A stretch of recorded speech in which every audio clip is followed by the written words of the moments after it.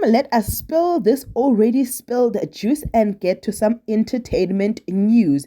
Now, we all saw the interview that was happening at Podcast and Chill with Jomo Sibuya, right?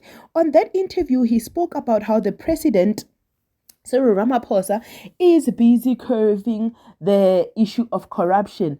He said the president was passionate in a lot of things, of which most of us did not believe. But this was said 3 days ago on Podcast and Chill.